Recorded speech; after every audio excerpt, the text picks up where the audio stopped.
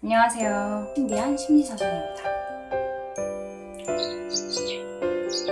오늘은 MBTI를 하면서 여러 가지 댓글들을 봤는데 그 댓글 중에서 번아웃에 대한 얘기가 좀 많았어요. 그래서 특히나 자기가 스트레스 받은지 잘 못 느껴서 자기를 너무 끝까지 몰고 가서 결국에는 번아웃이 돼서 아무것도 할 수가 없었다. 아니면은 뭐 조울증이 오셨다는 사람들도 있었고, 뭐 불면증, 두통, 소화불량, 뭐 이런 여러 가지 호소들을 하셨던 분들이 계셨어요. 그래서 일단 번아웃에 대해서 한번 알아보려고 해요. 그리고 번아웃을 예방할 수 있는 방법은 뭐가 있는지 그거를 알아봐서 우리가 좀 현실적으로 사용할 수 있는 방법들을 한번 다 같이 이야기를 해보려고 합니다. 일단 번아웃은요, 의욕적으로 일에 너무 몰두를 하다 보면 극도의 신체적 아니면 정신적인 피로감을 느끼는 상태. 그러니까 너무 열심히 사는 사람들한테 나타나는 증상이에요. 그러니까 저도 약간 번아웃이 오는 편이긴 한데 가끔 목표가 딱 생기면 그거를 이루기 위해서 되게 열심히 달려가요. 근데 그러다 보면은 옆을 안 보고 당연히 나 자신도 볼 수가 없게 되겠죠. 내가 얼마나 앞으로 많이 갔는지만 보여. 그러다 보면 어느 순간에 정말 이유 없는데 다 안 하고 싶은 생각이 들어요. 그리고 지금까지 잘 해냈던 것들도 약간 의미 없다?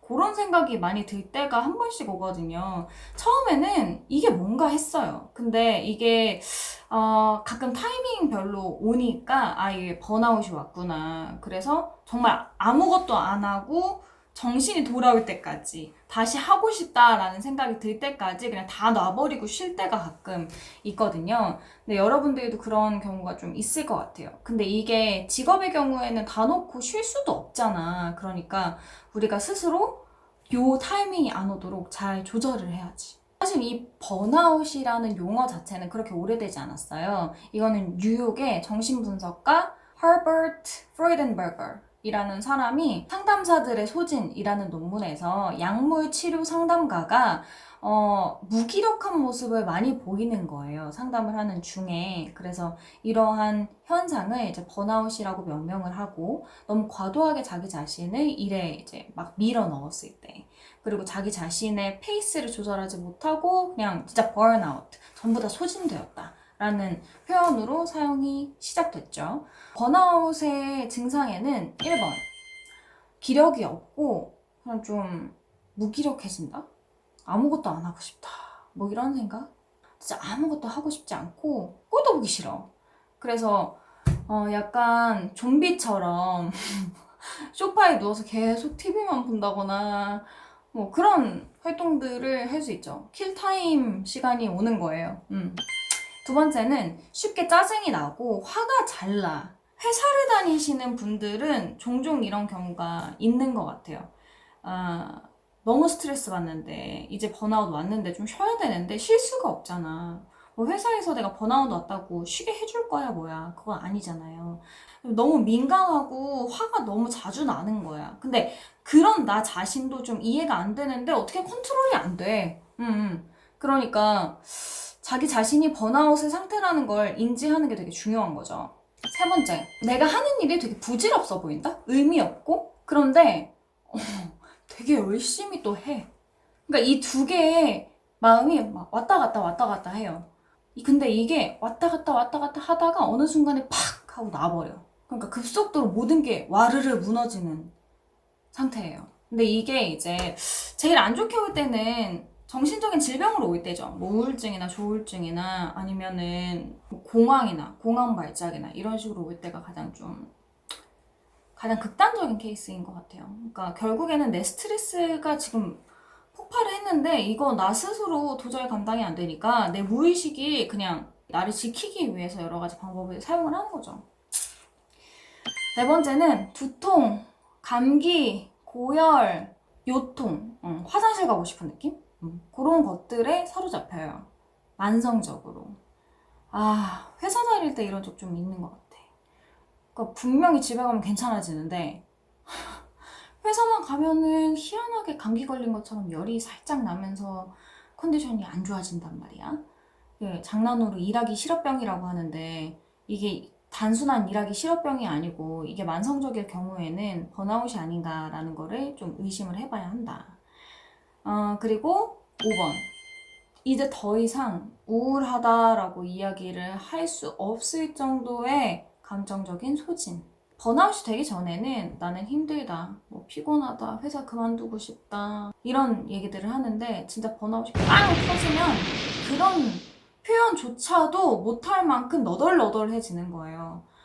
아, 너무 안타깝다. 근데 한국 사람들한테 번아웃은 진짜 너무 흔해가지고 이거를 꼭 보셔야 돼요. 그러면 우리가 해결 방법도 알아봐야 되잖아요. 그 번아웃을 초반에 좀 너무 심각하기 전에 이제 이거를 해결할 수 있는 방법. 첫 번째, 자기가 일하는 회사나 학교, 뭐 친구라도 멘토를 두는 거예요.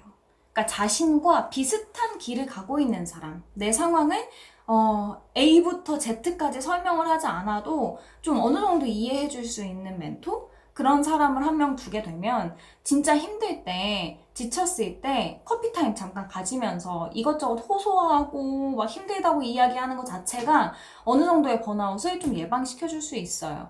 그러니까 우리는 사회적 동물이잖아요. 그러니까 공감을 받고 이해를 받고 내 스트레스를 함께 나눌 대상이 있으면 조금 딜레이 할 수 있는 거예요. 두 번째는 되도록이면 업무 시간 내에 일을 끝낸다. 그리고 퇴근 후에는 집에 일을 가져가지 않는다. 이게 좀 가능한 업무가 있고 불가능한 업무가 좀 있는 것 같아요. 저 같은 경우는 아무래도 프리랜서다 보니까, 그리고 지금 이제 코로나 때문에 여러 사람들이 재택근무를 하다 보니까 집이 더 이상 휴식의 공간이 아니게 되어버린 사람들이 많아요. 이렇게 되면 번아웃이 더 쉽게 올 수 있어요. 결국에는 휴식이 전혀 없는 상태인 거거든요. 그럼 당연히 번아웃이 오지. 장기간 일을 하고 짧은 휴식을 취했을 때는 번아웃의 가능성이 높아지거든요. 그러니까 적절한 휴식 시간이 필요한데 이게 집에서 일을 하게 되면 생각보다 휴식을 딱딱 맞춰가지고 한다는 게 쉽지가 않아요. 재택근무를 하시는 분들은 의식적으로라도 뭐 진짜 어려우면 알람을 맞춰서라도 휴식 시간을 딱딱 확보를 하는 게 되게 중요한 것 같아요. 직장으로 나가시는 분들은 네, 퇴근 후에는 일을 가져오지 않는 게 가장 좋습니다. 당연히 그게 쉽지는 않죠. 회사에서 사실은 그런 식의 업무를 시키면 안 되거든요. 16시간 동안 법적 근로 시간을 정해놨으면 16시간 동안 할 수 있는 업무만 줘야 되는데, 이거 보시는 직장인분들은 전부 다 공감하실 거예요. 16시간 안에 할 수 없는 걸 시킨다는 거, 그러면서 그 시간 안에 하라고 한다는 거, 이게 도대체 무슨 의미냐. 세 번째, 능동적인 휴식 시간을 갖는다. 능동적인 휴식이라는 거는 뭐 취미 아니면 운동 이런 것들로 이제 몸을 좀 움직일 수 있는, 그리고 몸도 환기시키고 정신도 좀 환기시킬 수 있는 그러한 취미 생활을 갖는 게 되게 좋습니다. 옛날에는 진짜 한국 사람들이 취미가 별로 없었어요. 근데 요즘에는 뭐 서핑도 하시고 뭐 등산하시는 분도 많고 음악 하시는 분도 많아서 그래도 조금은 나아지고 있다라는 생각이 들기는 해요. 아주 조그만 거라도 괜찮습니다. 잠깐 여기 동네에 산책을 한다든지 아니면은 식물을 가꾼다든지 이런 식의 자기가 진짜 좋아하는 취미 생활을 한다는 것 자체가 우리의 정서상 환기에 되게 좋아요. 그래서 꼭 자기가 좋아하는 취미를 꼭꼭꼭 찾으셨으면 좋겠어요. 제 취미는 그림 그리는 거거든요. 그래서 다음에 제가 그린 그림도 좀 소개해드리고 구경시켜드렸으면 좋겠어요. 그냥 그때그때마다 자기가 원하는 활동을 할 수 있으면 그걸로도 충분하고, 아니면 장기적인 취미를 가지게 되면은 결국에는 그거 하는 것 자체가 자기한테는 스트레스의 해방감이니까 꼭 하나씩은 가지셨으면 좋겠어요. 자, 오늘은 번아웃 증후군에 대해서 알아봤어요. 여러분들이 번아웃이 되지 않기 위해서 기억해야 되는 거 3가지. 하나, 대화 상대 만들기. 둘, 잔업하지 않기. 세 번째, 능동적인 휴식. 요거 3가지를 꼭 기억하셔야 돼요. 그래서 우리 번아웃 되지 말고 정신적으로 건강하게 다 같이 웃으면서 행복하게 살았으면 좋겠어요. 오케이? 자, 오늘 컨텐츠 유익했다면 구독과 좋아요 하셔서 저에게도 칭찬해주세요. 시청해주셔서 감사합니다.